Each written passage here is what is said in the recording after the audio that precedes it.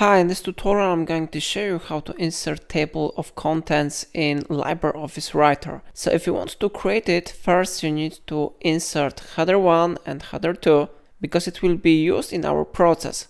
So for example, this title will be header 1, so I select this one title and I go here.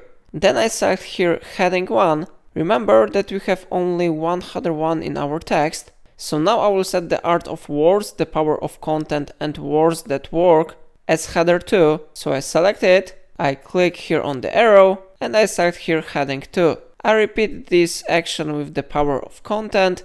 So I select it, I go to arrow and I select here heading 2. And I repeat this action last time with words that work. I select this, I go to arrow and I click on heading 2.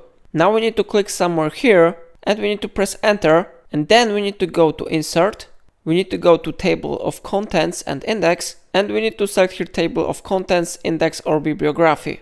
I recommend you to preview your work, and after that we need to click OK button. How you see table of contents has been successfully created here, so it is really working.